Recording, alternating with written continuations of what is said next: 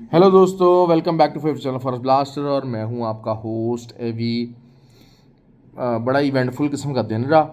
सुबह के टाइम पे एसएल्स और फिर बाद में रिकवरी और इन द एंड एक प्रॉफिटेबल डे का खात्मा। That was the story of the day. लेकिन सिर्फ खात्मा प्रॉफिटेबल उस उनको लोगों का रहा कि जिन्होंने एसएल्स लगाए थे, जो कि मैं हमेशा से प्रोक्लेम करता हूँ कि आपको अगर ट्रेडिंग करनी है तो एसएल लगाना पड़ेगा। आज अगर हम गोल्ड की बात करते हैं तो मेरा आइडिया था कि शायद जो है ना गोल्ड रिट्रेस हो सकता है। Obviously it has to retrace हो सकता है, लेकिन इसको 2576 से ऊपर नहीं जाना चाहिए था।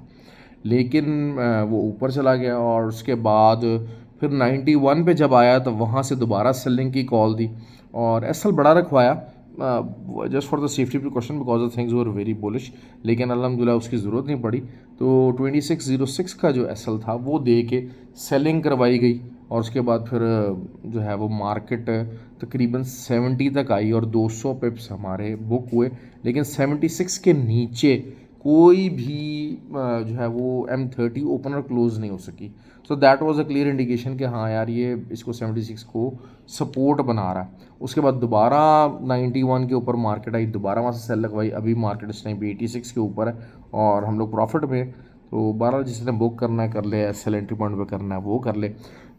यही रहा सिल्वर का भी जो है वो हमारा मॉर्निंग के अंदर जो है वो एसएल जो है वो हिट हो गया, क्योंकि मेरा ख्याल था कि 30.72 यहाँ से मार्केट को ऊपर नहीं जाना चाहिए था। तो लेकिन यही हुआ कि मार्केट ऊपर चली गई। फिर उसके बाद दोबारा 31.34 के एसएल के साथ एंट्रीज लगवाई। अल्हम्दुलिल्लाह उसमें भी मोर देन 200 पे प्रॉफिट रहा। लेकिन वही 72 के नीचे half an hour candle close नहीं हो सकी, ओपनर क्लोज नहीं हो सकी, तो बेरिशनेस पूरी तरह से नहीं आ सकी। अब लेकिन बहरहाल दोबारा एंट्री लगवाई और सिल्वर बहुत अच्छा प्रॉफिट दे रहा है और जो है वो यही चीज़ चल रही है। तो फ्री व्हाट्सएप ग्रुप के अंदर ये सारा कुछ चीज़ें बताते रहते हैं, बहुत इवेंटफुल चीज़ें होती रहती हैं। इथीरियम के ऊपर ट्रेड लगवाई थी लेकिन ब्रेक इवन के ऊपर क्लोज करवानी पड़ी।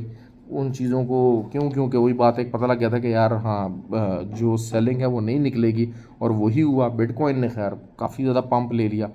तो नैस्डैक का 950 का टारगेट बताया था कितने दिन से, पिछले 2-3 दिन से वीडियो के अंदर बताया था कि 19,950 तक नैस्डैक को जाना चाहिए। तो वहाँ से जो है वो सेलिंग अभी डाली हुई है, वो प्रॉफिट के अंदर है, it is in the profit.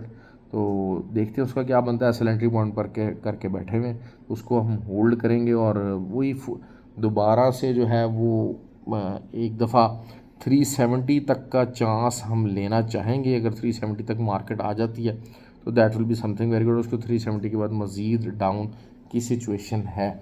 Free WhatsApp group learning based group है, सिग्नल्स तो हैं ही हैं। और लर्निंग बेस्ड ग्रुप होता है, लर्न करने का बहुत मौका मिलता है और लर्निंग के बगैर कोई भी इस फील्ड के अंदर कामयाब नहीं हो सकता। तो लर्न करने के लिए आपको करना भी क्या है, ऑक्टाफेस और एक्सनेक्स का आईबी लिंक वीडियो के डिस्क्रिप्शन में मौजूद है। वहाँ से आप अकाउंट बनाइए और you can be the part of the group. देखिए आपको अच्छे ब्रोकर्स चाहिए जिनके ऊपर आपको ट्रेड करनी है। अच्छा, दूसरा एक और मिसकंसेप्शन है बेसिकली, जो दुबई का जो ब्रोकर है that is GGCCFX। It is not a GTC broker. Obviously GTC broker एक बदनाम ब्रोकर है, थोड़ा सा ज़रा वहाँ पर हैं मसले मसाइल हैं। और GTC ब्रोकर को कुछ लोग जो रिप्रेजेंट कर रहे हैं वो भी कुछ उनकी इतनी को अच्छी रिव्यू नहीं। ये बहरहाल दुबई का GGCCFX ब्रोकर है जिसका लिंक वीडियो के डिस्क्रिप्शन में मौजूद है।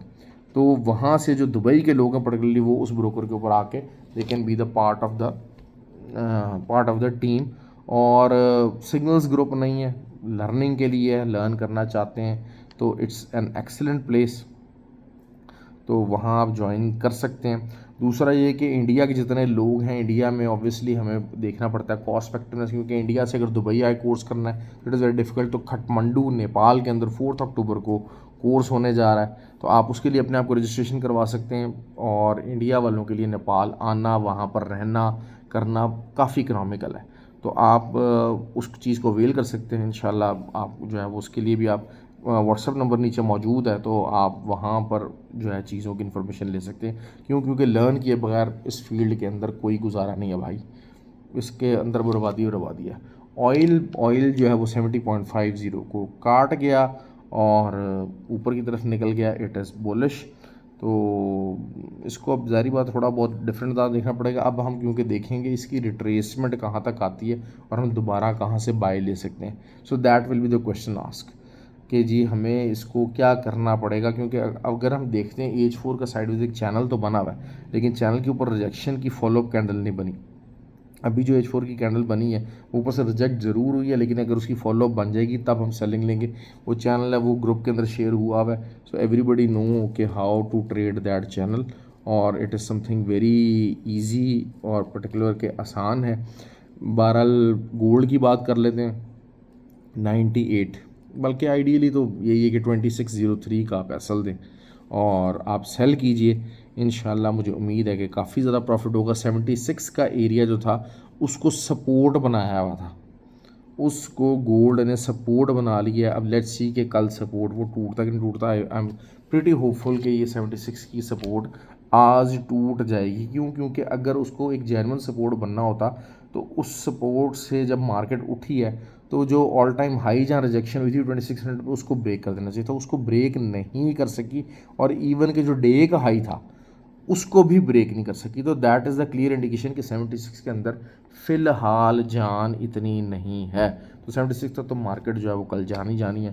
तो और इसी तरह ही जो है वो सिल्वर की बात कर लेते हैं। सिल्वर की अब कोई भी H1 कैंडल, कोई भी H1 कैंडल 30.80 के नीचे क्लोज हो जाती है तो that's a clear sell signal. आप उसको अवेल कर सकते हैं और नीचे काफ़ी अच्छा, काफ़ी हद तक नीचे जा सकती है। और मेरे नज़दीक 29.89 का एरिया जो कि तकरीबन 500 पिप्स बनता है वो लाजमी आपको मिल सकता है आने वाले दिनों के अंदर। और असल क्या होता है कि आप देखें ट्रेडिंग है ना, ट्रेडिंग के अंदर मोस्ट ऑफ द डेज ऐसे होते हैं कि आपको ज़ाहिर बात है बाइंग में बैठे हैं आप या सेलिंग बैठे हैं। कि मेरी आदत क्या है, मैं ट्रेडिंग करता हूँ। मैं आपको म्यूजिकल चेयर नहीं बताता कि जी यहाँ से मैं बाय कर लूँगा, यहाँ से मैं सेल कर लूँगा। अगर मेरा माइंड सेट होता है कि यार हाँ आज मुझे सेलिंग करनी है, सेलिंग में अगर एसएल भी हिट हो गया इट डजेंट मैटर, हो जाता है ऑब्वियसली। देखिए अगर हमने एक दिन पहले 500 पिप्स निकाले हैं, ठीक है, तो आज अगर 100 पिप्स निकाल के 100 पिप्स का एसएल लगवा के और फिर दोबारा 200 पिप्स की हमने रिकवरी ट्रेड ली है तो 100 पिप्स हम फिर भी प्रॉफिट के अंदर रहे हैं। 500 पिप्स के कल हमारे प्रॉफिट थे। तो ये चीज़ें होती हैं। लेकिन वो लोग जो बैठ गए बगैर असल के अब वो सिर्फ दुआएं कर रहे हैं कि या अल्लाह मार्केट कब वापस आएगी। तो इस चीज़ को आपको अवॉइड करना है, इस चीज़ से आपको बचना पड़ेगा।